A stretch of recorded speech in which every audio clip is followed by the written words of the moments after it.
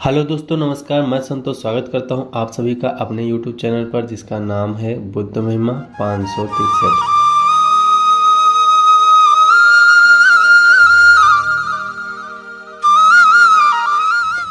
आज हम जो श्रृंखला शुरू करने वाले हैं उसका नाम है हमारा इतिहास और नागरिक जीवन, कक्षा 6। सबसे पहले इसमें भारत का संविधान की उद्देशिका लिखी हुई है।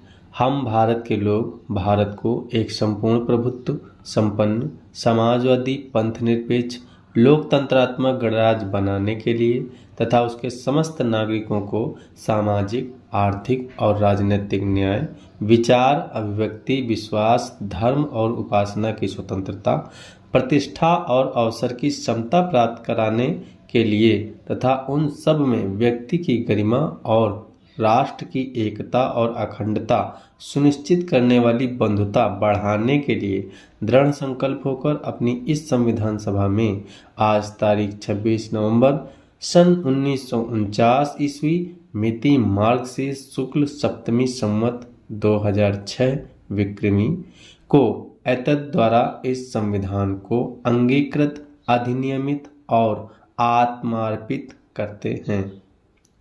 हमारा इतिहास और नागरिक जीवन।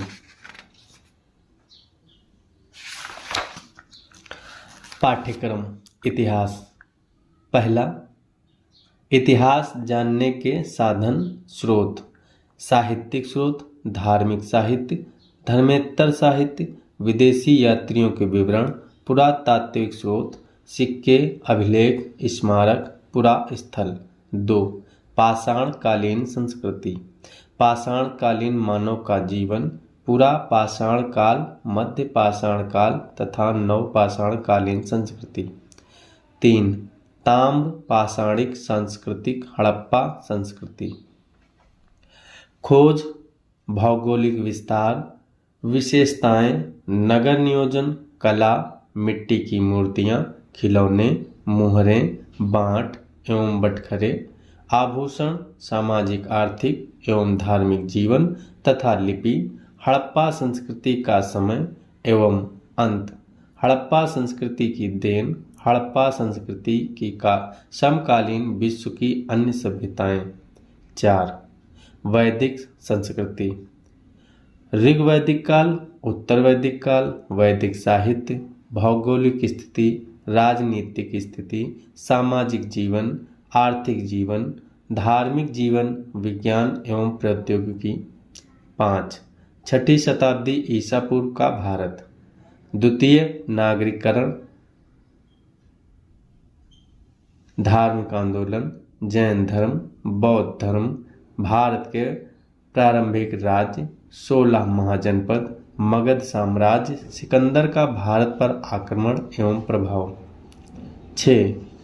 भारत के प्रारंभिक राज्य, 16 महाजनपद, मगध साम्राज्य, सिकंदर का भारत पर आक्रमण एवं प्रभाव।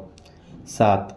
भारत में मौर्य साम्राज्य की स्थापना, चंद्रगुप्त मौर्य का प्रारंभिक जीवन, उपलब्धियां, कौटिल्य एवं मेगास्थनीज, मौर्य प्रशासन तथा सामाजिक व्यवस्था, अशोक की विजय धम्म एवं लोक कल्याणकारी कार्य। 8. मौर्योत्तर कालीन भारत। मौर्योत्तर कालीन राज्य, समाज एवं संस्कृति, शुंग वंश, सातवाहन वंश, कुषाण वंश। 9. गुप्त काल। श्री गुप्त, घटोत्कच, चंद्रगुप्त प्रथम, समुद्रगुप्त, चंद्रगुप्त द्वितीय, कुमारगुप्त तथा स्कंदगुप्त की राजनीतिक उपलब्धियां, गुप्तकालीन समाज एवं सांस्कृतिक उपलब्धियां। 10. पुष्यभूति वंश। हर्षवर्धन, प्रारंभिक जीवन, राजनीतिक एवं सांस्कृतिक उपलब्धियां, ह्वेनसांग की दृष्टि में भारत। 11. राजपूत कालीन भारत। प्रमुख राजपूत वंश, 7वीं शताब्दी से 11वीं शताब्दी ईस्वी, राजपूत कालीन समाज एवं संस्कृति। 12. दक्षिण भारत के राज्य, चोल, चालुक्य, पल्लव एवं राष्ट्रकूट शासकों की सामाजिक, धार्मिक, आर्थिक एवं सांस्कृतिक उपलब्धियां। नागरिक शास्त्र। 1. हमारा समाज। विविधता, भौगोलिक, भाषाई एवं सांस्कृतिक विविधताएं, विविधता में एकता, हमारे समाज की विविध चिंताएं, जाति आधारित भेदभाव, लिंग भेदभाव, बाल श्रम, बालिका सुरक्षा हमारे राष्ट्रीय प्रतीक। 2. ग्रामीण रहन सहन एवं स्थानीय स्वशासन। ग्रामीण रहन सहन, कृषि, व्यवसाय एवं ग्रामीण रहन सहन में बदलाव, स्थानीय स्वशासन, ग्रामीण परिवेश में त्रिस्तरीय पंचायती राज व्यवस्था, ग्राम पंचायत, क्षेत्र पंचायत एवं जिला पंचायत के गठन तथा कार्यों की जानकारी। 3. नगरीय रहन सहन एवं नगरीय निकाय। नगरीय रहन सहन, व्यवसाय, उद्योग धंधे एवं समस्याएं, नगरीय स्वशासन, नगर पंचायत, नगर पालिका परिषद एवं नगर निगम के गठन तथा कार्यों की जानकारी। 4. जिले का प्रशासन। स्थानीय प्रशासन के प्रमुख प्रशासनिक अधिकारियों एवं उनके कार्य क्षेत्रों का उल्लेख जिला, तहसील, ब्लॉक एवं ग्राम स्तर पर जिले के प्रशासन के कार्यों के संचालन में जिले के अन्य अधिकारियों की भूमिका। 5. यातायात एवं सुरक्षा। सड़क यातायात के नियमों एवं संकेतों की जानकारी, सड़क दुर्घटना से बचाव हेतु सावधानियां, सड़क शिष्टाचार, रेल यातायात, रेलवे क्रॉसिंग के संकेतों की जानकारी, रेल यात्रा करते समय सावधानियां, यातायात संकेतों की जानकारी। इतिहास और नागरिक जीवन। बच्चे इतिहास के अध्ययन का महत्व तथा इतिहास की जानकारी हेतु पुरातात्विक व साहित्यिक स्रोत के आवश्यकता को समझ सकें। छात्र मानव उत्पत्ति से लेकर नदी घाटी सभ्यताओं, वैदिक काल, बौद्ध एवं जैन कालीन राजनीतिक एवं सामाजिक व्यवस्था तथा मौर्य, गुप्त एवं प्रमुख उत्तर तथा दक्षिण भारतीय राजवंशों की प्रमुख विशेषताओं को समझ सकेंगे। छात्र स्थानीय स्वशासन के प्रमुख घटकों के कार्यों को अपने परिवेश से जोड़कर समझेंगे तथा यातायात के प्रमुख नियमों व जानकारियों का दैनिक जीवन में प्रयोग कर सकेंगे। शिक्षण अधिगम परिणाम, लर्निंग आउटकम्स। बच्चे इतिहास के अध्ययन की आवश्यकता को बता लेते हैं, इतिहास जानने के साधनों के नाम बता पाते हैं, शैक्षिक भ्रमण द्वारा प्राप्त की गई जानकारियों को संग्रहित कर उनका प्रस्तुतिकरण करते हैं, पाषाण युग के तीनों भागों के नाम बता पाते हैं, पाषाण कालीन मानव के रहन सहन की प्रमुख विशेषताओं का वर्णन करते हैं, मानव उत्पत्ति से लेकर धातु काल तक की विकास यात्रा में आए प्रमुख बदलावों की सूचीबद्ध कर लेते हैं, पाषाण काल व धातु काल के औजारों के चित्रों का संग्रह कर कोलाज अथवा प्रोजेक्ट बनाते हैं, प्रमुख नदी घाटी सभ्यताओं का नाम बताते हैं और मानचित्र पर हड़प्पा सभ्यता से संबंधित स्थलों की पहचान कर लेते हैं, प्रमुख नदी घाटी सभ्यताओं की विशेषताओं को बताते हैं, हड़प्पा सभ्यता की नगर नियोजन एवं अन्य विशेषताओं की वर्तमान से तुलना करते हैं, वैदिक काल की समयावधि और प्रमुख विशेषताएं बताते हैं।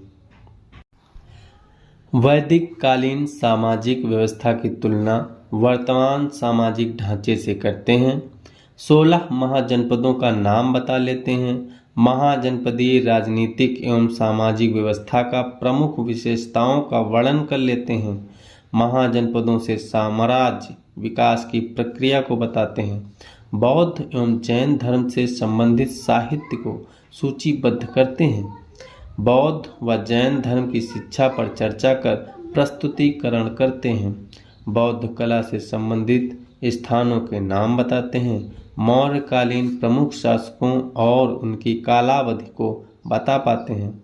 मौर्यकालीन साम्राज्य विस्तार को मानचित्र पर प्रदर्शित करते हैं।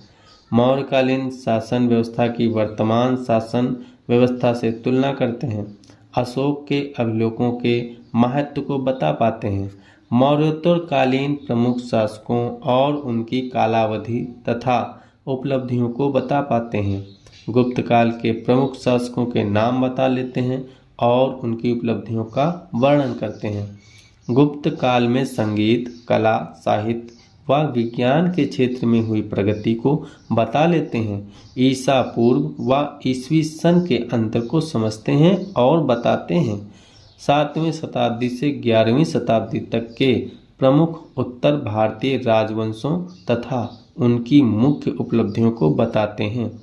दक्षिण भारत के प्रमुख राजवंशों की सामाजिक, सांस्कृतिक एवं प्रशासनिक विशेषताओं को अभिव्यक्त करते हैं और उनकी कला एवं संस्कृति की तुलना उत्तर भारतीय राजवंशों से करते हैं।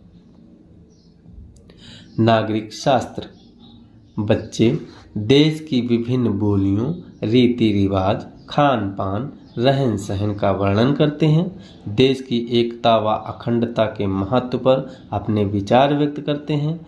खेलों, सांस्कृतिक कार्यक्रमों, प्रार्थना सभा के आयोजनों आदि में एक दूसरे का सहयोग कर लेते हैं। सांस्कृतिक विविधता पर आयोजन, वाद विवाद प्रतियोगिता हेतु लेख तैयार करते हैं। राष्ट्रीय प्रतीकों के नाम बताते हैं और उनके चित्रों की पहचान कर लेते हैं।